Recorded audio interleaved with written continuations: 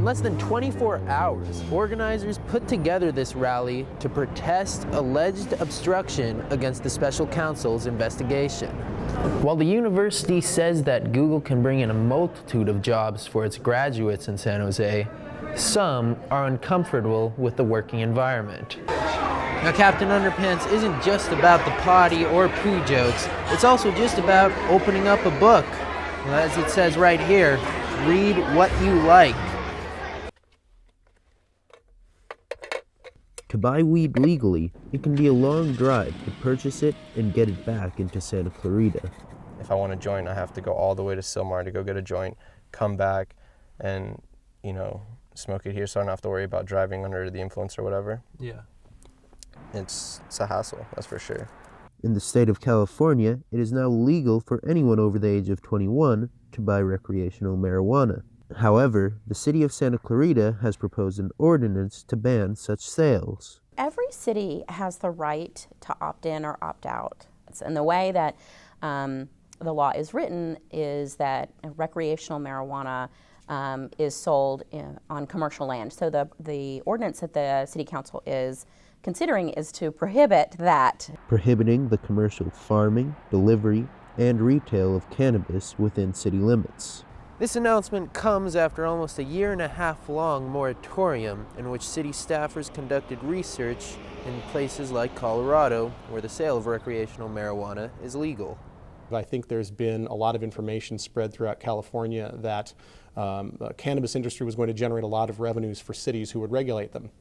What we found with the cities that we talked to in Colorado and with the district attorney's office in Denver County was that that wasn't the case, that there was revenue that was generated by these businesses, but the cost of enforcement to regulate them and to prohibit any illegal uses that were going up without licensing or proper entitlement actually made up for the revenue, or actually equaled or and sometimes exceeded the revenue that these businesses were creating. The city will conduct its first reading of the ordinance at a public hearing tomorrow, March 27th at City Hall. For Cougar News, this is Mauricio La Plante. We're not going to San Jose residents are demanding that city officials protect them from losing their homes, as Google plans to build its new downtown complex. It's a waste of time. Their goal? To disrupt the process. We are the answer to our challenges in San Jose, and that we have to make those solutions, the solutions to those problems, a reality. The city is not going to do it for us. Google is not going to do it for us. It's up to us.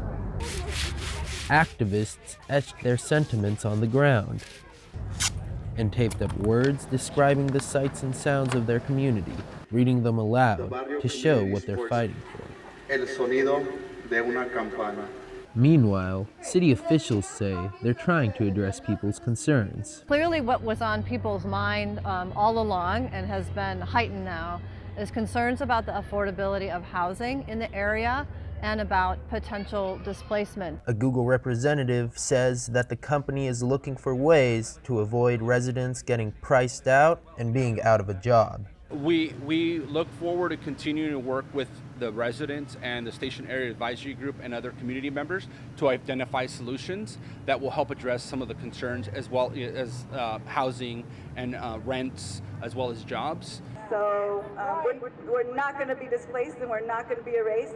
But whether this will be enough for protesters, city officials, and Google to see eye to eye, that remains unclear.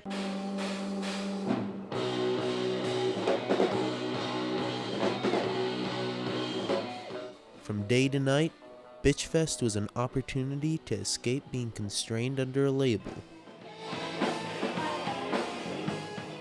When it comes to being told what you should be doing, what you shouldn't be doing, sometimes you're using the fact that you're female as a gimmick. However, the organizers are using the idea of being a bitch to disrupt the DIY music scene in Los Angeles. Well, I feel like bitch is a word that is so often used to describe women who are kind of going against the grain and fighting back against gender roles, fighting back against all kinds of societal pressures that women might face. It's kind of badass to take that word and reclaim it and turn it into something empowering rather than demeaning. 20 female-fronted bands from the Valley to Long Beach played at Bitchcraft's inaugural festival, showing the abundance of female voices in the DIY scene. Even in big shows like Coachella or something, you don't see that kind of thing. So for them to do it here, where there's a lot of like really talented women in the Valley, it's a pretty special thing for them to do. So for some women, it's really something to look forward to, which is a special thing to have. For Cougar News, this is Mauricio La Plante.